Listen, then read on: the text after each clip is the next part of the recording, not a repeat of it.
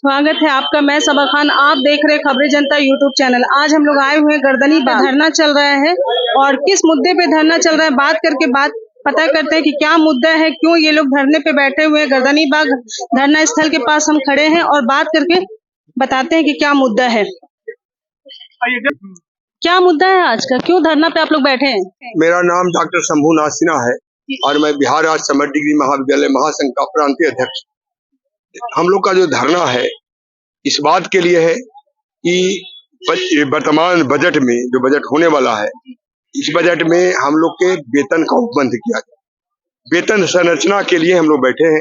तो हम लोग का अनुदान का बकाया है पिछले 8 साल का, उसको 2008 के दर पर मिलता है। महंगाई की बढ़ी हुई दर पर एकमुश्त भुगतान किया जाए और जो अनुदान भेजा जाएगा वो शिक्षक कर्मचारियों के खाता में भेजा जाए, मैनेजमेंट को नहीं दिया जाए। उससे 2 समस्या का निदान हो जाएगा। एक तो बांटने का समस्या दूर हो जाएगा, दूसरा उपयोगिता प्रमाण पत्र देने का समस्या दूर है। तीसरा, जो शिक्षक कर्मचारी जिनका सेवा समंजन नहीं हुआ है, जो 19/4/2007 के बाद नियुक्त है, उनकी सेवा के समंजन हेतु 2013 विश्वविद्यालय अधिनियम के अनुरूप सिलेक्शन कमेटी का गठन किया जाए। सभी शिक्षक कर्मचारियों के सेवा का समंजन किया जाए और सरकार का एक माननीय जीतन मांझी के मंत्री काल में आया था, एक निर्णय है सरकार का कि जो अनुसूचित जाति है, जनजाति की किसी लड़का लड़की या कोई महिला, उसको कोई फीस नहीं लेना है।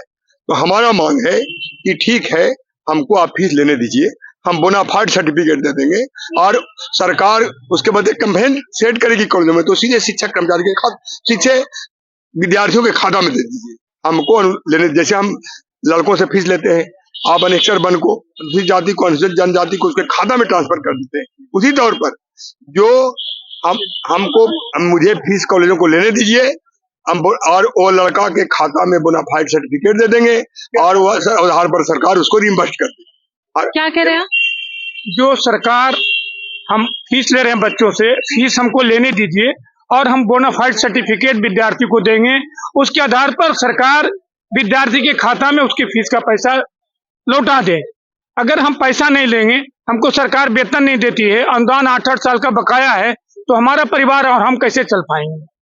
हमारी मांग है मुख्य रूप से कि कॉलेजों का सरकारीकरण किया जाए, अनुदान की व्यवस्था खत्म करके बकाया अनुदान बढ़े हुए महंगाई दर पर देके आप वेतनमान की व्यवस्था करें।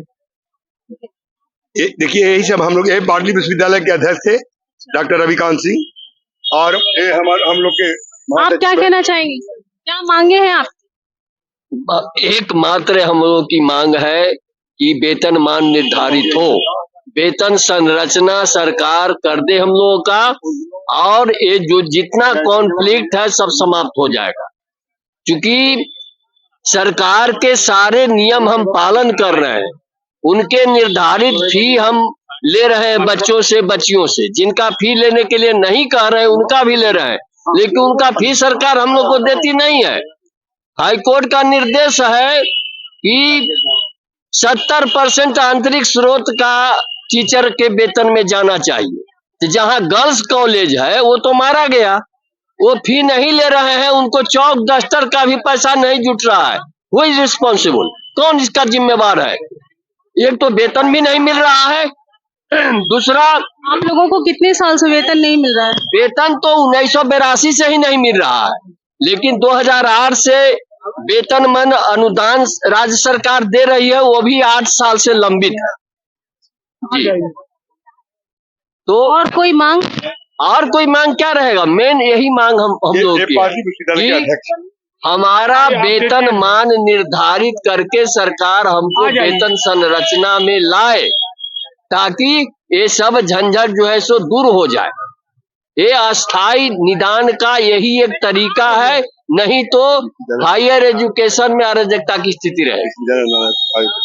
और विश्वविद्यालय अनुदान आयोग भी इसी से सहमत है कि शिक्षक को वेतन मिलना चाहिए। विश्वविद्यालय अनुदान आयोग जो है वो हम लोग को समर्थन देता है, लेकिन सरकार जो है वित्त रहित शिक्षा नीति को पूर्णतः समाप्त नहीं की है। कहती है कि सैद्धांतिक रूप से समाप्त कर दिए, लेकिन व्यवहारिक रूप से आप लागू किए हुए हैं। हमारा पद जो है अभी तक वित्त रहित है। क्यों? हमको अगर पैसा दे रहे हो तो हमारा पद को वित्तरहित करो। अब वित्तरहित कर दो तो हम ऑटोमेटिक वेतनमान में आ जाएंगे। टेक्निकल बात इतना ही है। इसको सरकार ध्यान में अगर लाएगी तो हम लोग का कल्याण हो जाएगा और छात्र और छात्राओं का भी कल्याण होगा। गुणवत्तापूर्ण शिक्षा की बात नीतीश सरकार की है, वो भी सार्थक होगा, अन्यथा निरर्थक हो जाएगा। इनके जो सिद्धांत है कि गुणवत्तापूर्ण शिक्षा बिहार में हम देने का प्रयास कर रहे हैं, उसके लिए के पाठक बोला है। पाठक का जरूरत नहीं पाएगा।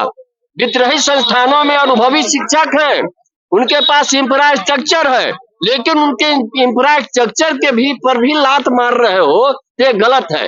इंफ्रास्ट्रक्चर में पैसा नहीं देते हैं, उत्तीर्णता के आधार पर देते हैं आप पैसा, वो भी पूरा वेतन में नहीं होता है। न्यूनतम वेतन जो हम लोग का होना चाहिए वो भी पूरा नहीं होता है उससे। तो सवाल यह उठता है कि हमारी वेतन संरचना को सरकार स्वीकार कर ले और पूर्ण रूप से वित्तरहित शिक्षा नीति समाप्त करने के लिए हमारे पदों को वित्तरहित कर दे। केवल एक ही काम कर दे, सेक्शन 35 के अंतर्गत हम लोगों को ले आए, तब हमारा कल्याण हो जाएगा। एक डिसीजन सरकार को लेना है, कंडिका 3 को समाप्त करना है, वो समाप्त कर दे, विलोपित कर दे, हम लोग को सेक्शन 35 हम लोग पर लागू हो जाएगा, हम लोग को ऑटोमेटिक वेतन मिल जाएगा। यही हम लोग का टेक्निकल डिमांड। धन्यवाद। जैसा कि आपने देखा यहाँ पर देखा कि इनका जो मांग है, उन्होंने खुले शब्दों में अपनी मांग को व्यक्त किया है और सरकार से निवेदन की है कि हमारी मांगों को पूरा किया जाए। जो भी है आर्टिकल के अकॉर्डिंग उस मांग को इनके पूरा किया जाए। अगर नहीं करेंगे तो इस तरह से इन लोगों का धरना कंटिन्यूअस रहेगा। और हमारे चैनल को लाइक, शेयर और सब्सक्राइब करना बिल्कुल ना भूलें।